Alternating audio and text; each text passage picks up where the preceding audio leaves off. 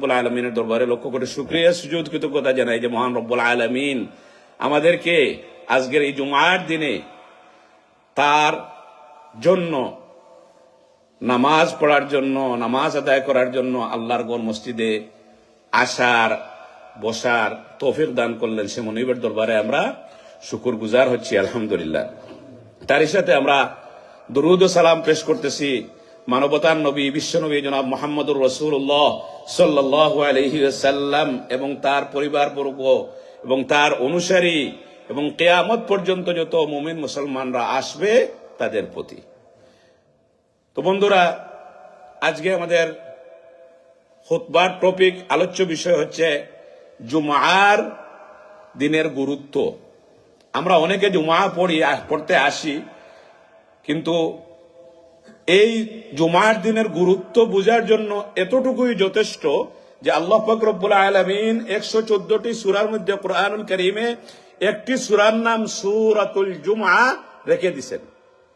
এবং এই সূরাতুল জুমআ থেকে আমি আপনাদের সামনে আয়াত তিলাওয়াত করেছি যে ইয়া আইয়ুহাল্লাযীনা আমানু ইযা নুদিয়া লিস-সালাহ মিন ইয়াউমিল জুমআ ফাসআউ ইলা যিকরিল্লাহি ওয়া যারুল বাই'।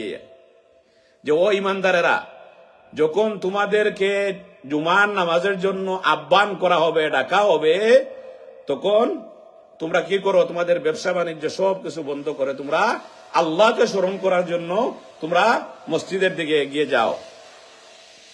যালিকুম খায়রুল লাকুম ইন কুনতুম তা'লামুন। যদি তোমরা এভাবে করো, বুঝতে পারো, তাহলে তোমাদের জন্য এটাই হচ্ছে উত্তম, এটাই হচ্ছে ভালো। এবং আমি একটি হাদিস আপনাদের সামনে পড়েছি, যে হাদিসটি হচ্ছে জনাব রাসূল করিম সাল্লাল্লাহু আলাইহি ওয়াসাল্লাম বলতেছেন যে তোমরা এই জুমার দিনে আমার উপরে বেশি বেশি করে তোমরা দুরূদ পেশ করো। আকসিরু আলাইয়া মিনাস সালাতি ফীহি ফাইন্না সালাতুকুম মা'রুজাতুন আলাইহি। যে তোমরা জুমার দিন, তো জুমার দিন শুরু হয় কখন থেকে? জুমার দিন শুরু হয় বৃহস্পতিবার মাগরিবের পর থেকে। আরবি মাস শুরু হয় জন্য দেখবেন রমজান যখন শুরু হয় তখন আমরা কিন্তু সেহরি কখন করি? আগের দিন রাত্রে করে ফেলি। তো আরবি সাল অনুযায়ী রাত শুরু হয় আগের দিন থেকে। জুমার দিন শুরু হয় বৃহস্পতিবার মাগরিবের পর থেকে। তো এই জুমার দিনে আমরা বেশি বেশি করে দুরূদ পড়বো। ফাইন্না সালাতুকুম মা'রুজাতুন আলাইহি। জনাব রাসূল করিম সাল্লাল্লাহু আলাইহি ওয়াসাল্লাম বলতেছেন তোমাদের এই দুরূদ আমার সামনে পেশ করা হয় প্রতি সপ্তাহে জুমার দিন। আমাদের প্রিয় নবী জনাব মুহাম্মদুর রাসূলুল্লাহ সাল্লাল্লাহু আলাইহি ওয়াসাল্লামের সামনে যে উম্মতেরা যদি ভালো কাজ করে যত দুরূদ পড়েছে তার সব নাম সহকারে, কার ছেলে কোথার থেকে পড়ছে, কে পড়ছে, এগুলা পেশ করা হয় তার সামনে প্রেজেন্ট করা হয়। এবং এই উম্মত যদি, এই ফলোয়ার যদি ভালো কাজ করে, তাহলে জনাব রাসূল করিম সাল্লাল্লাহু আলাইহি ওয়াসাল্লাম উনার দিল খুশ হয়। এবং আল্লাহর নবীর যদি দিল খুশ হয় তাহলে আমরা সওয়াব অবশ্যই পাবো। এবং যে নবীর শাফাআত ছাড়া আমরা জান্নাতে যেতে পারবো না, এজন্য আমরা সবাই বেশি বেশি করে দুরূদ পড়বো। তাছাড়া আরেকটি মশহুর প্রসিদ্ধ হাদিস রয়েছে, মান সাল্লা আলাইয়া ওয়াহিদাতান সাল্লাল্লাহু আলাইহি বিহা আশরা।